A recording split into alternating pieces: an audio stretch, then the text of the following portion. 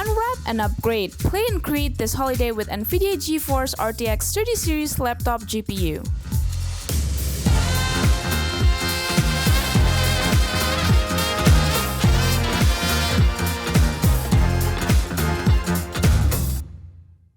Oke, ya hari ini kita akan kayak Mythbuster gitu lah ya. Oh ya, gue William dari Zimandi by the way. Ya hari ini kita kayak rada-rada Mythbuster gitu. Gue mau memecahkan sebuah mitos di mana tuh banyak yang masih percaya kalau nyolok laptop ke display eksternal itu tuh bikin lemot. Ya, ini gue juga nggak tahu nih hasil akhir videonya seperti apa. Bisa aja beneran lemot, bisa aja kenceng, gue nggak tahu nih hasil videonya seperti apa. Pokoknya kita coba aja. Dan di sini yang bakal gue pakai buat ngetes itu laptopnya adalah ROG Flow X16 yang spesifikasinya itu udah pakai RTX 3070 Ti, udah pakai Ryzen 9, udah pakai RAM 16GB 4800 MHz. Ini harusnya udah DDR5 karena 4800 ya. Dan juga di dalam pengetesannya gue akan ngasih lihat kira-kira di laptop yang pakai RTX 3070 Ti itu dan setipis ini tuh lumayan tipis ya. Nih. Itu kira-kira bisa nggak? Tetap bisa ray tracing, bisa DLSS ya kan? Dan di sini yang gue pakai tes itu Minecraft. Karena Minecraft itu salah satu yang ray tracingnya gue suka banget. Paling kelihatan lah.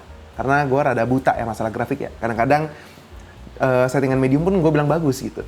Dan di sini gue pakai yang paling kelihatan ya, Minecraft. Dan untuk monitor displaynya nanti yang eksternal yang gue pakai itu seri lamanya ROG ya, karena masih 4K 60Hz dan ini gue nyolong dari benchtable-nya Sony, jadi nggak terlalu high-end tapi cukup lah karena memang di sini gue native, gue belum nyalain DLSS-nya sama sekali karena kalau mau nyalain DLSS-nya sendiri si laptopnya ini udah pakai layar 1440, sebenarnya nggak 1440 sih technically, ini 1600p. Dan dia 165 Hz. Nanti kita tes di laptop monitor internalnya aja. Langsung kita tes aja. Ini gue sekarang kondisinya tuh nggak nyolok monitor sama sekali. Dan di sini, ini gue akan menggunakan map yang ini namanya kalau nggak salah Crystal Palace ya, Bang. Crystal Palace. Nah ini kalau bisa lihat di sini, ini harusnya direkam masih Satya ya. Ini FPS-nya stabil di 41. Dan kalau kita masuk ke air nih, dia turun langsung biasanya. Nah, ngedrop ke 33 gitu. Dan ini selalu konsisten ya. Ini bagian paling konsisten yang gue temukan sepanjang gue bermain karena si Minecraft ini kan tipenya ngerender chunk yang ada di depan. Chunk tuh kayak apa ya istilahnya ya? Mungkin potongan gitu ya, potongan map yang di depannya gitu. Dan ini so far yang paling konsisten setelah gue tes beberapa kali tadi. Itu gue ngetesnya di internal monitornya, belum gue coba di external monitor sama sekali. Dan ini ray tracingnya nyala, gue akan ngasih lihat settingannya. Ini di video. Ini full screen pasti akan gue nyalain karena gue nggak tahu ini si Minecraft ini ngaruh atau enggak kalau gue window. Tapi yang pasti di sini full screen untuk jaga-jaga. Ini semuanya sama settingannya nyala kecuali kamera shake karena gue agak motion sickness sama kamera shake-nya. Dan ini lo bisa lihat upscaling-nya gue matiin. Dan ray tracing render distance-nya 24 chunk. Ya. Dan ini emang sangat berat, makanya ada di 41 fps. Dan menurut gua paling cantik emang di 24 itu. Karena lu bisa lihat dari kapalnya aja udah kena gitu ray tracingnya. Nah sekarang dia stay di 41, kita akan colok ke eksternal monitor dan kita lihat apakah akan ada perbedaan di fps-nya ya. Nah, kita udah colok eksternal monitor di sini dan kalau tolong di shoot yang sebagian sini. Ini gue pakai 1080 dan tadi juga kita ngetesnya pakai 1080 makanya jadinya agak sempit. Biar apa? Biar adil. Karena kan kalau gue ubah jadi 1600 nanti atau 1200 jadinya pasti ada perbedaan karena pixel bertambah. Nah ini kita pakai 1080 dan tetap full screen. Dan kalau lihat di sini settingannya tetap sama ya nih ya, nggak ada yang berubah. Ya kamera shake-nya tetap mati, semuanya tetap nyala. Upscaling tetap nyala, tetap mati di sini. Ray tracing-nya nyala, tetap 24 chunk. Kita coba balik ke sini. Dan ya sesuai ekspektasi ya, tidak ada yang berubah ya. Ini kita coba jalan, 41 tetap, drop 40, 38, 36 karena dia harus loading chunk yang dari depan. Dia balik lagi ke 41 kalau udah ke load. Habis itu kita drop di air. Set.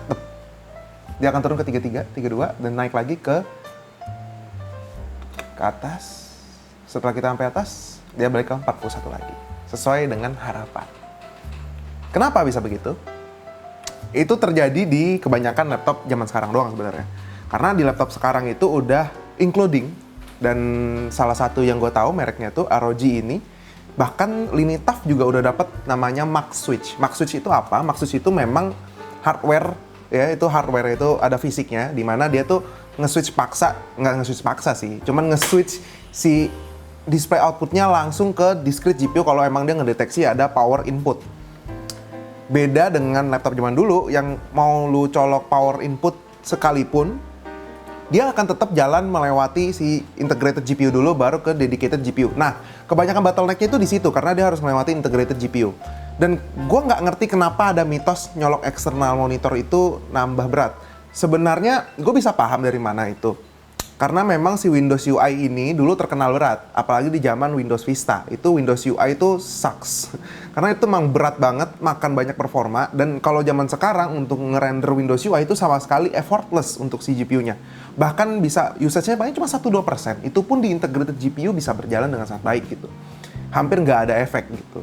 Dan kalau ngomongin si Max Switch-nya tadi, itu keberadaannya memang justru untuk nge-boost penggunaan internal display. Karena memang itu cuma terjadi di internal display, di mana dia harus ngelewatin integrated GPU dulu, baru bisa masuk ke dedicated GPU-nya.